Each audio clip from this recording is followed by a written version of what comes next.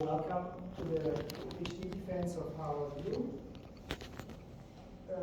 He will report on his work that he did in the group of Hans Hug in the last couple of years.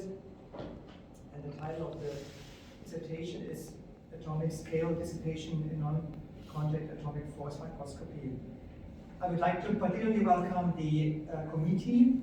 We have one external expert, Professor Regina Hoffmann, from the University of Potsdam, then Hans Meyer here from the University of Basel, and of course the PhD advisor Hans Hug. And my name is Christoph Bruder. I'm a theoretician here also at the University of Basel, and now I give the word to candidate. Thank you. Okay, welcome to today's talk. The topic of this presentation is atomic scale dissipation in non-contact atomic force microscopy. So, the friction and energy loss processes describe how good a system is coupled to its environment. In some applications, such coupling is required.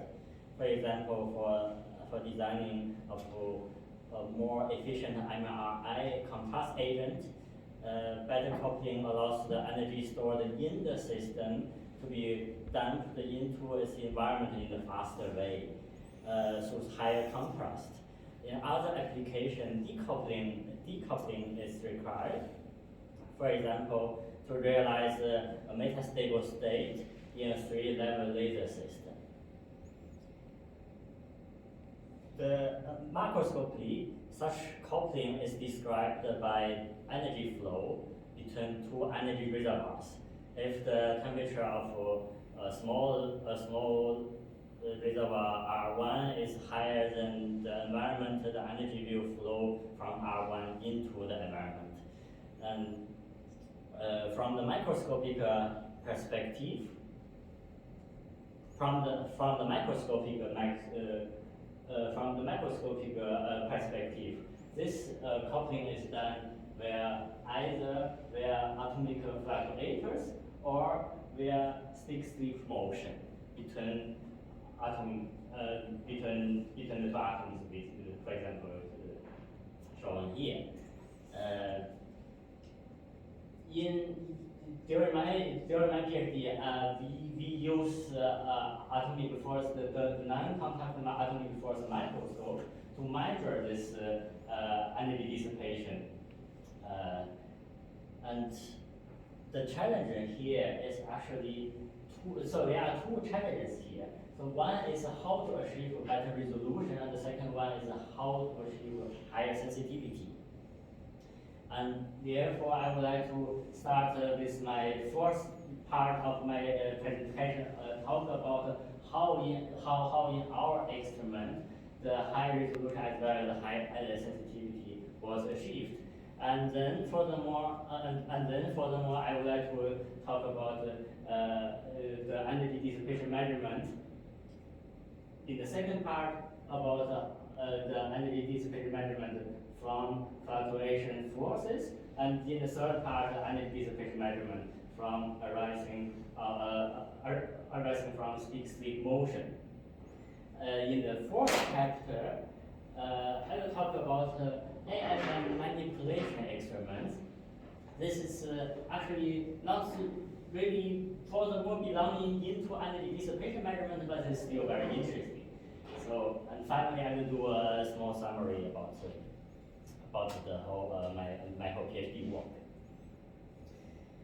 So as I tried to mention that the resolution was one of the challenges. The reason is like this. So for example, this is a SEM image of a cantilever, a silicon-based cantilever. Such cantilever has a tip at the end, and we use the tip as a probe to measure the interaction between the probe and the molecule attached on the surface. Such tip could be as big as, for example, 5 to 50 nanometers, and a molecule, for example, has the size of below 1 nanometers. So consider that we use something as big as 50 nanometers to measure something 100 times smaller. So therefore we don't have, so therefore it's become very challenging. A way to overcome it is to attach a CO at the tip apex, and the CO will, and due to the repulsive force, the CO will be will enhance the contrast. So, for example, here I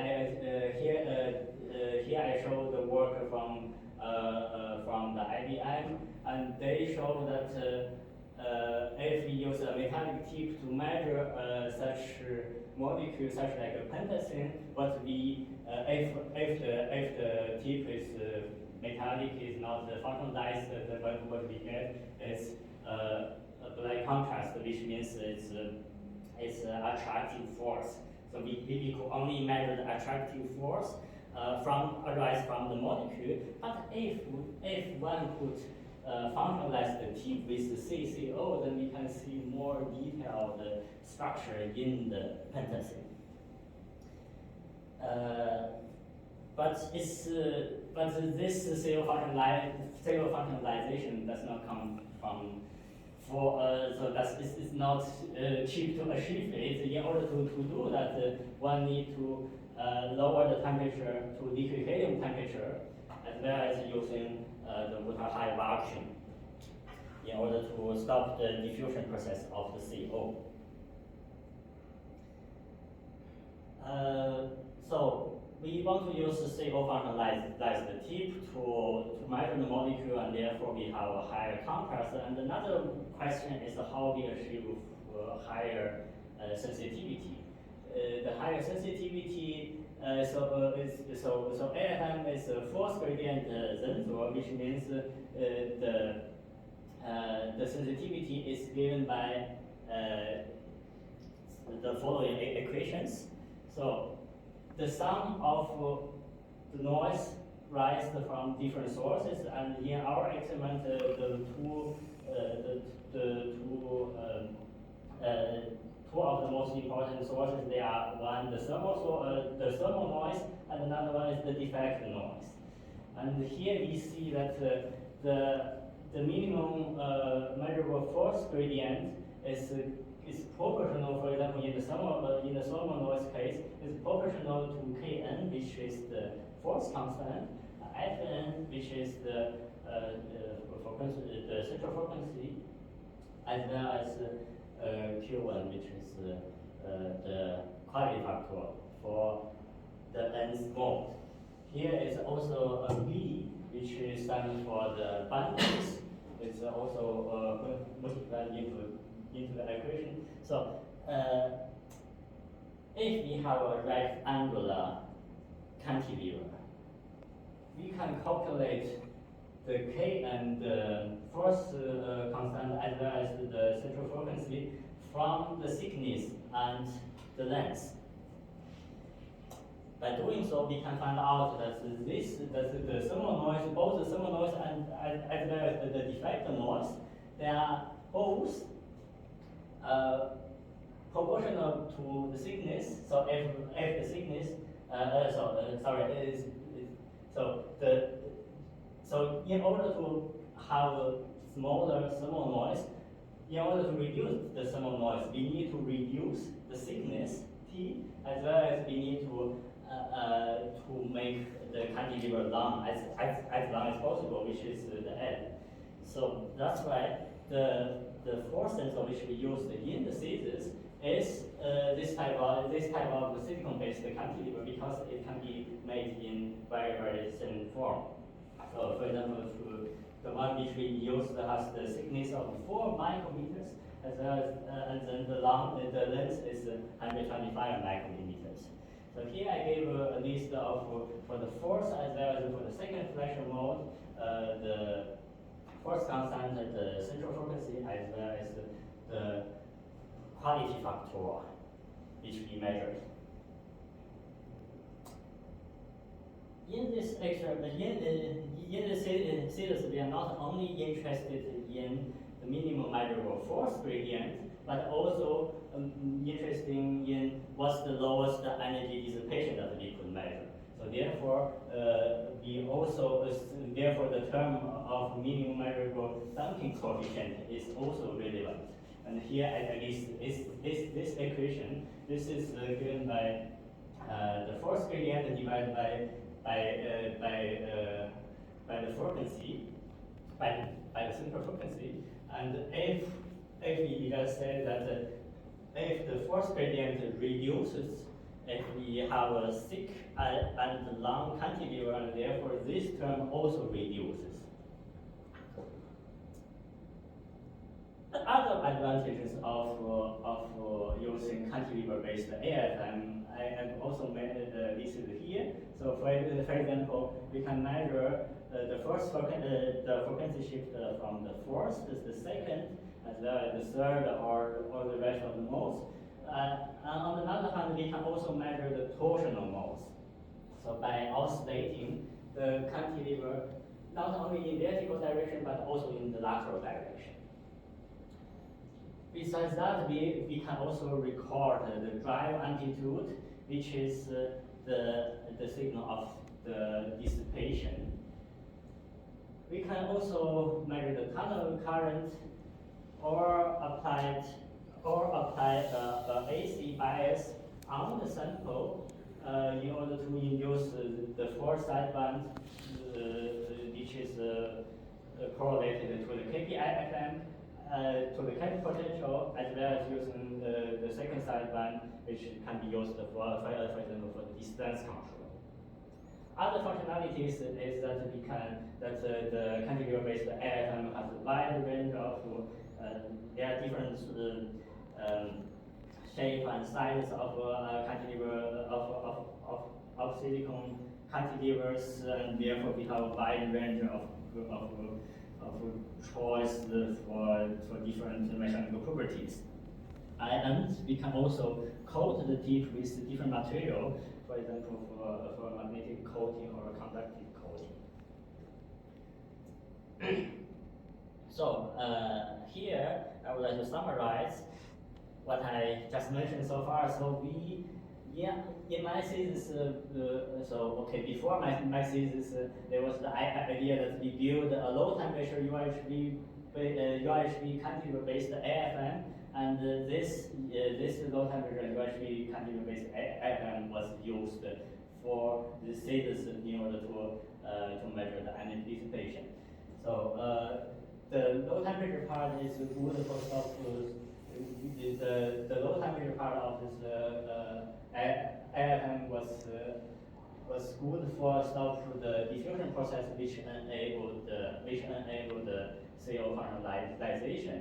Low temperature also allows us to measure with less drift and drip, which gives us a higher tip sample gap stability. The UHV part of the system enables preparation of reactive surfaces, and the cantilever-based AFM, because the silicon cantilever, they are thin and long, and therefore it allows high sensitivity measurement, which also enables multi-channel, multi-frequency operation modes. So now I would like to go to the second part of the presentation, which is the energy dissipation measurement. And in this part, I would like to focus on the energy dissipation arising from the fluctuation forces. This is an image which roughly describes what will be measured in this part. So we have a tip which approach towards to a molecule. This molecule is called a DBS molecule. It can be rotated where different mechanism, and due to this rotation or this fluctuation, the energy of the cantilever will be dissipated into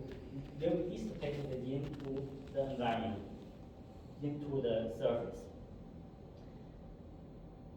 So, first question: if we want to measure such energy dissipation, the first question is: so which kind of molecule that we want to choose? And why we choose actually the DBS molecule.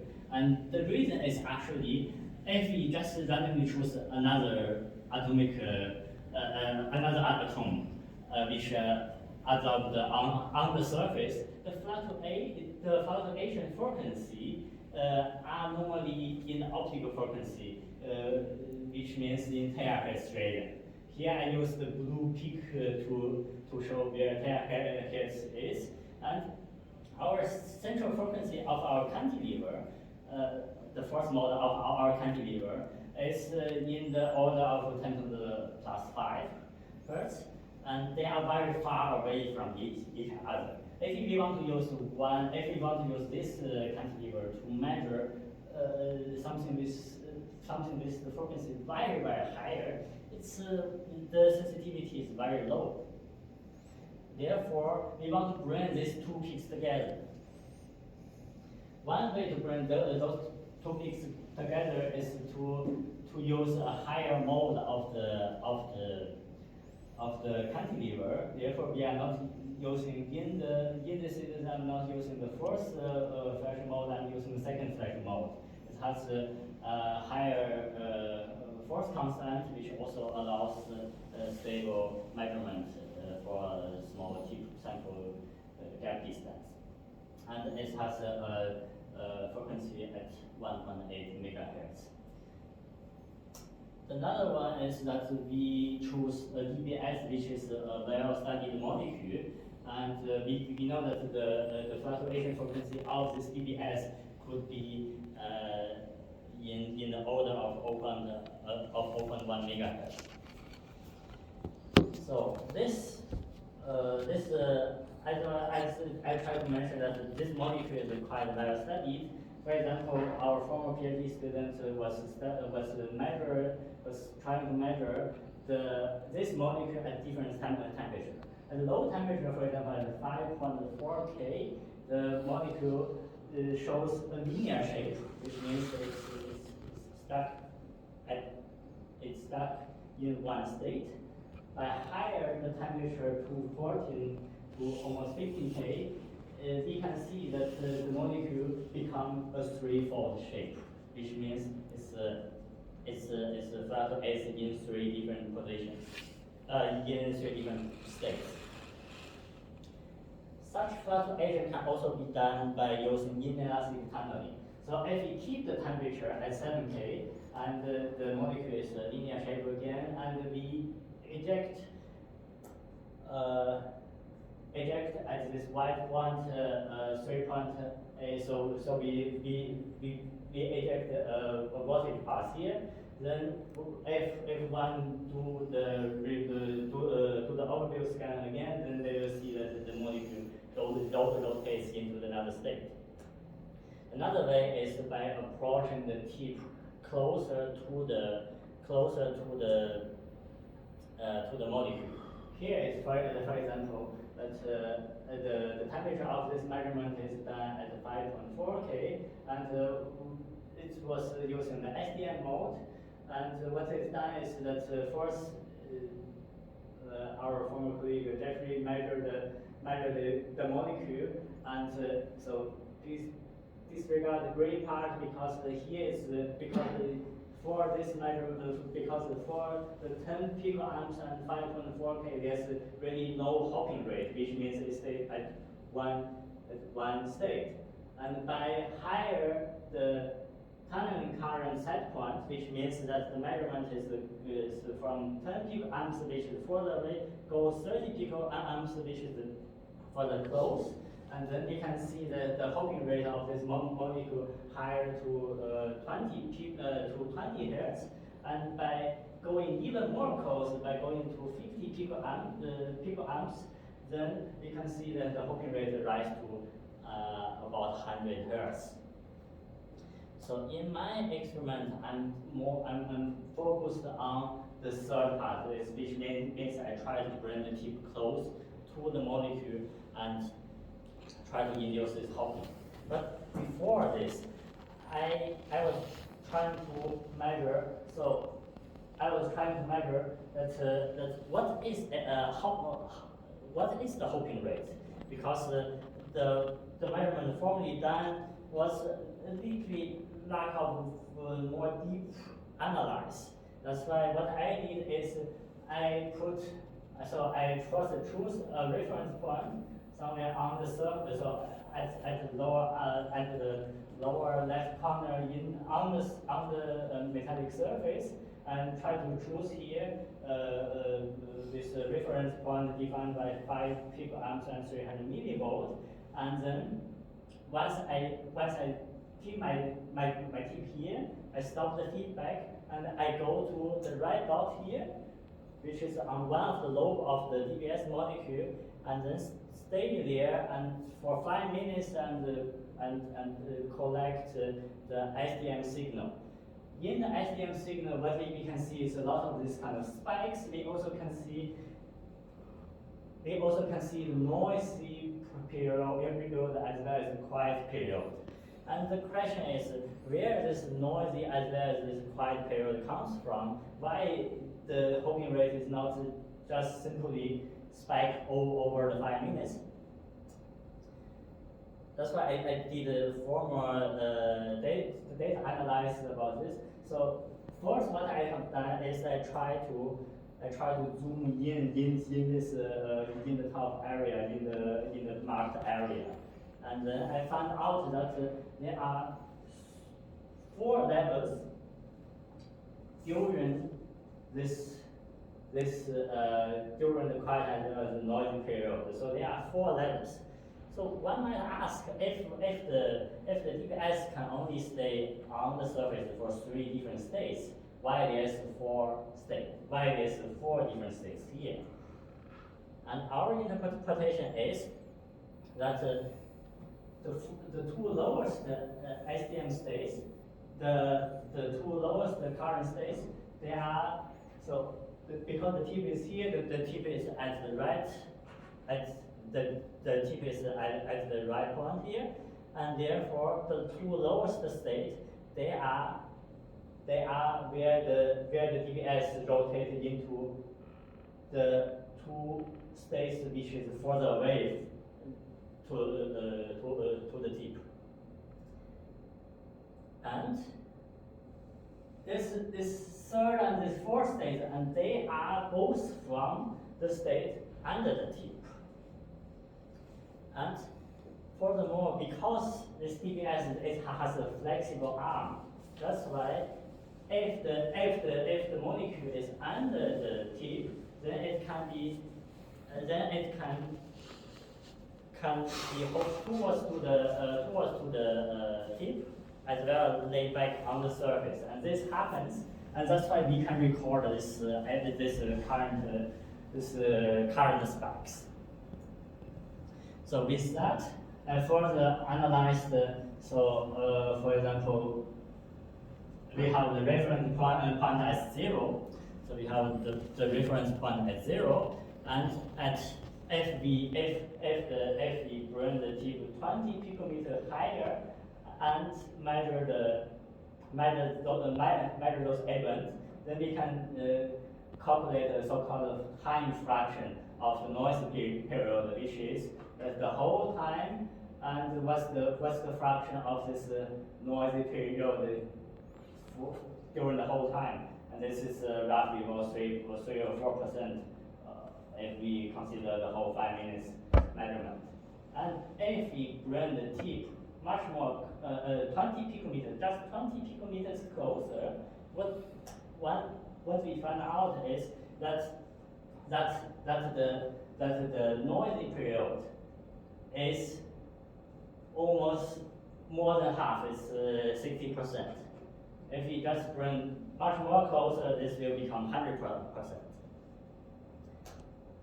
And if we count how many spikes during the noisy period, then what we find out is that if at reference point plus 20 picometers, the hopping rate is about 80 hertz, and just by going 20 picometers closer, the hopping rate becomes 370 hertz. And all of them is measured in this region, from 0 to plus 20 picometers, which is a very small region. And then what I did is I measured the energy dissipation. I performed the energy dissipation measurement from further far away, from 76 picometers, so plus 76 picometer, and go and using the constant height measurement and going closer and closer and give the layer image. So what we can see here is in the first row is if we are very far away, the molecule is in a linear shape, as we might already in the beginning expected. And because the Hawking rate is almost zero, and therefore we don't see any dissipation here. And if we measure in much closer sense, which means at reference point plus 15 picometer, here we already can see that the molecule becomes this two-fold shape, but even though that the energy dissipation was negligible. And if we bring the tip much more closer into minus 20 picometer, and then furthermore into minus 68 picometer, then what we can see is finally we can measure energy loss per cantilever oscillation cycle about 3 milli-electron volt. So the theoretical background of this energy dissipation process arises from atomic fluctuators is developed by Garcia and Sukada. And what they was claiming is that if for such process, for such energy dissipation process, the energy loss is proportional to a factor, which is to a factor multiplied by the frequency shift squared. And in this factor, is what we call this factor D. In the factor is a term called spectral density valued at cantilever oscillation frequency. This term is in this factor, and the rest is the temperature T, the central frequency, the amplitude, and the force constant. So what I want to prove is that this equation for my measurement is valid. So therefore, what I did is I first try to evaluate what's the frequency shift on the molecule, as well as from the back side. And I use one abstract, another one in order to have the short range interaction arising only from this molecule. And furthermore, I simply did a square of this short range frequency shift. And this will be the right-hand side of this equation. Of the left-hand side of this equation is the energy loss, which is also validated on the molecule and presented in this chart. So furthermore, I combine these two validation, these two sides together, and find out that there's a linear relationship between the square of frequency shift. Sorry, I forgot. Sorry, it's not. So the vertical bar is the square of the frequency shift, and the horizontal bar is the square of the frequency shift, and the vertical bar is the dissipation measure. So the dissipation measured in the term of energy of energy loss per oscillation cycle. And then furthermore, we can calculate, okay, the factor is given by this 0.0027 milli-electron volt per hertz square. And then furthermore, we can find out that the spectral density is 1.4 times 10 to minus 30 meter squared per hertz. Furthermore, we can use the width of the width of the full width half maximum of the frequency sweep, which is 1,000 hertz. We can use this to further calculate the so-called fluctuation amplitude, and which is for this experiment is 36.9 fundamental, which means that the fluctuation of this flexible arm measured by the cantilever results in a fluctuation, in an amplitude fluctuation of the cantilever of 36.9 femtometer. So up to here, I confirmed that we measured the energy dissipation induced by the fluctuation force. Okay, now is the third part. So now up to here, I measured the energy dissipation arising from the fluctuation force. And now the third part is the energy dissipation arising from the stick motion. Here in this illustration, roughly show what will come in the next part. So we bring the tip is functionalized with CO, and another CO is attached on the surface, and we bring these two COs together. At one moment, those CO will snap towards each other and induce energy dissipation. So such process is called stick-slip-induced dissipation. Here is one way that such dissipation could occur, which is that we have a tip, a spring is attached at the end of the tip, and a small atom or small molecule is attached on the spring. By bringing the tip closer and closer towards to the surface, there's one moment that the attractive force arises from the surface, overcome the attractive force gradient, overcomes the spring constant of the small system, and which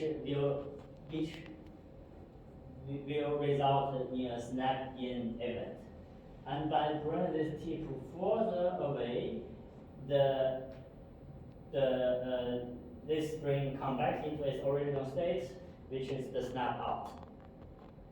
And such stick-slip motion could also occur if we bring the CO laterally towards to another CO on the surface.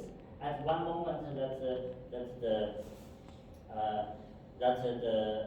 spring constant of the CO system overcomes at one moment that the attractive force between these two CO overcome the spring constant of the CO system, and therefore it will be snapped towards each other. Additionally, at certain lateral distance, that such a snap event could result into an instability line, and because that the cantilever is always oscillating up and down, therefore we continuously cross this instability line, and by crossing this instability line, we continuously induce energy dissipation, and that is what we finally could measure. Such energy dissipation from the CO system will be a ring-like shape, which means that if we consider that this is not only a stability line but a stability surface, then if we just cut off one slice of this surface of this surface, then what we can see is a ring-like dissipation, and such dissipation is exactly what I will show in this slide. So again, the measurement was done with a reference point 5 picoamps 300 millivolt on the measured on the surface, and and what we did is that we first measure this. So the first what we measure is that the tip sample distance is this reference point plus 180 picometers. Here we see almost no dissipation. Here we also roughly can see the CO molecule. By bring the CO closer, by bring the tip closer, what we can find out is that this ring starts to open up, and finally we can measure about 4 millielectron volt. About 4 millielectron volt if we are at of about 4 millielectron volt energy loss per cycle per oscillation cycle at the distance reference point minus 60 picometers. Such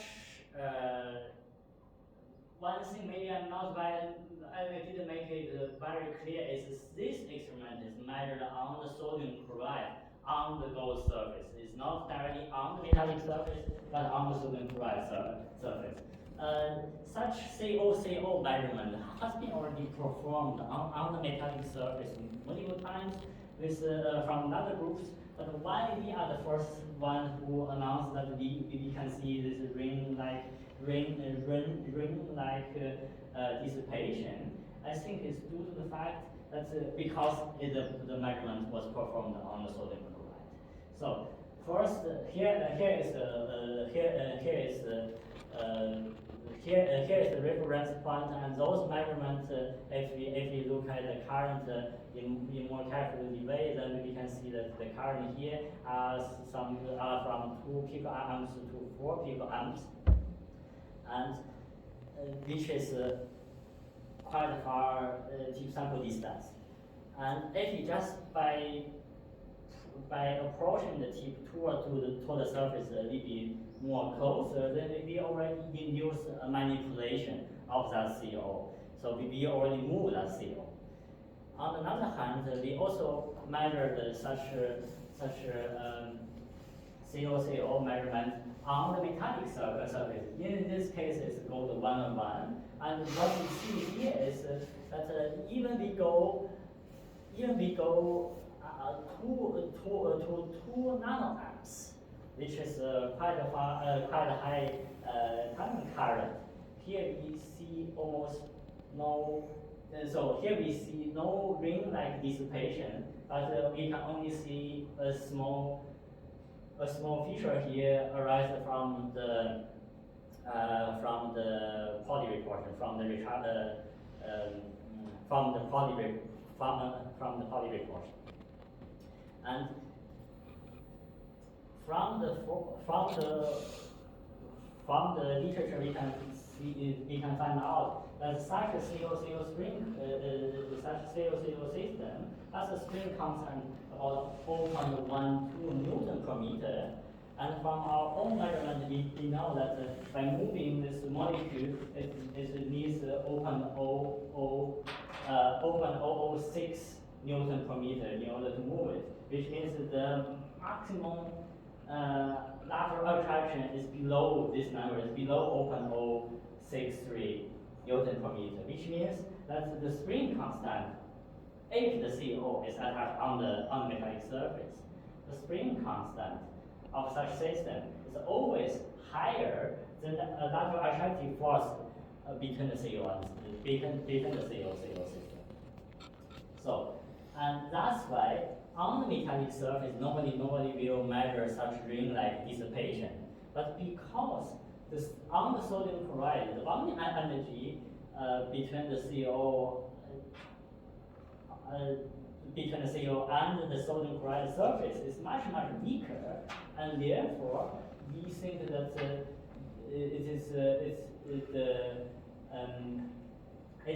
the bonding energy is considerably reduced, and therefore it could be smaller than the fractal force constant of the CO system, and then therefore such a snap could occur. So with this we measured the energy dissipation arising from agent force as well as from the stick-slip motion. Here in the fourth part, I also want to show the AF manipulation experiment. So it roughly looks like this. If you have a CO which go much closer to another CO on the surface, then the CO attack on the surface could be moved, and actually, what's interesting from this card is it could be moved from both directions and along the scan direction as well as opposite from the scan direction. This is very interesting. So what I did is first I did an overview measurement. So the CO is the tip is still attached with CO, another CO attached on the sodium chloride. I did an overview measurement, and then a little bit up of this overview window, I measure with higher tunneling current the atomic lattice, the atomic pattern of the sodium chloride. And furthermore, I place my tip at the point A. I try to go once forward, once backward. So I try to perform one scan line from A to B and back to B to back from B to A. And if I don't see any manipulation, then I go closer and reperform this until I see a manipulation. So finally, once I see the manipulation, I record the overview scan again and see that if the molecule is moved. So here in the yellow lines shows the three different channels: torsional frequency shift channel, which is the first one, and the second one is the frequency is the flexion frequency shift, and the third one is the tunneling current. So if we integrate the first one, so this is a we can call it the Mexican height function. If we integrate this function in the lateral direction, then we can find out that we have the left-hand side is the force attractive region, and then we come to a repulsive region, and then the repulsive region from another side another attractive region. And in the flexion direction we can see is simply a repulsive force, and in the tunneling current we can see that on the CO that the tunneling current go lower than on the surface. So I repeated this measurement so forward and backward, and so far I didn't see any. So far for this deep sample distance, which is the reference height minus 110 picometer, I didn't see any manipulation. And if I zoom into the torsional frequency shift, I can actually see again the pattern we can see up there, which is this atomic lattice. But interestingly, from the tunneling current channel, what we see is a lattice constant, not as same as the one from the sodium chloride, but the one from the gold surface, which means that this tunneling current is more